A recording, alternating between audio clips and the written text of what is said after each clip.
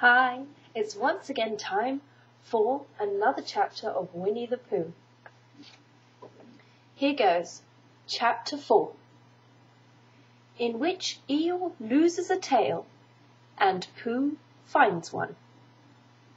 The old grey donkey Eel stood by himself in a thistly corner of the forest, his front feet well apart, his head on one side, and thought about things. Sometimes he thought sadly to himself, "Why?" And sometimes he thought, "Wherefore?"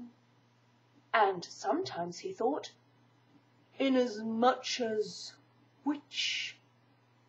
And sometimes he didn't quite know what he was thinking about. So when Winnie the Pooh came stumping along, Eel was very glad to be able to stop thinking for a little in order to say, "How do you do?" in a gloomy manner to him. "And how are you?" said Winnie the Pooh. Eel shook his head from side to side. "Not very how," he said. "I don't seem to have felt at all how for a long time." "Dear, dear," said Pooh, "I'm sorry about that. Let's have a look at you." So Eel stood there, gazing sadly at the ground, and Winnie the Pooh walked all round him once.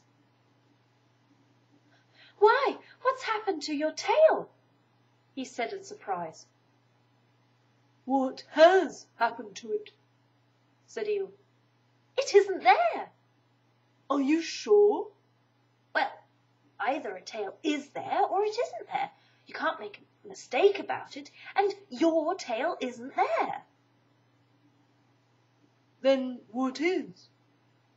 "Nothing." "Let's have a look," said Eel, and he turned slowly round to the place where his tail had been a little while ago, and then, finding that he couldn't catch up with it, he turned round the other way until he came back to where he was at first, and then he put his head down and looked between his front legs, and at last he said, with a long, sad sigh, "I believe you're right." "Of course I'm right," said Pooh. "That accounts for a great deal," said Eel gloomily. "It explains everything. No wonder." "You must have left it somewhere," said Winnie the Pooh. "Somebody must have taken it," said Eel. "How like them," he added after a long silence. Pooh felt that he ought to say something helpful about it, but didn't quite know what, so he decided to do something helpful instead. "Eel," he said solemnly, "I, Winnie the Pooh, will find your tail for you." "Thank you, Pooh," answered Eel. "You're a real friend," said he. "Not like some," he said.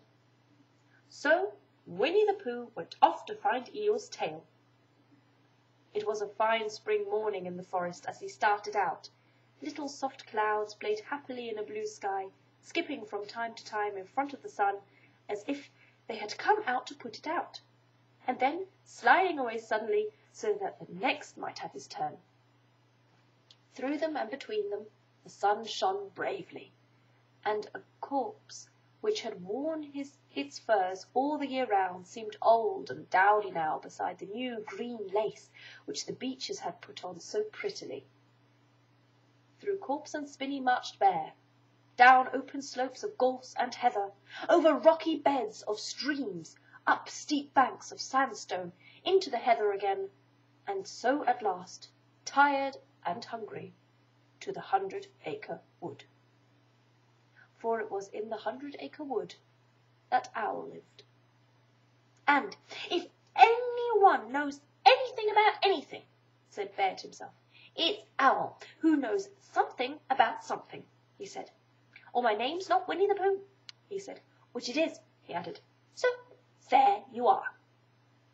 Owl lived at the chestnuts, an old-world residence of great charm, which was grander than anybody else's, or seemed so to bear, because it had both a knocker and a bell-pull.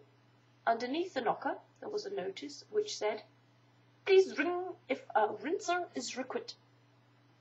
Underneath the bell-pull there was a notice which said, "Please knock if a rinser is not required." These notices had been written by Christopher Robin, who was the only one in the forest who could spell. For Owl, wise though he was in many ways, able to read and write and spell his old name, Wal, yet somehow went all to pieces over delicate words like measles and buttered toast. Winnie the Pooh read the two notices very carefully, first from left to right, and afterwards, in case he had missed something, from right to left. Then, to make quite sure, he knocked and pulled the knocker, and he pulled and knocked the bell rope. And he called out in a very loud voice, "Owl, I require an answer. It's Bear speaking." And the door opened, and Owl looked out.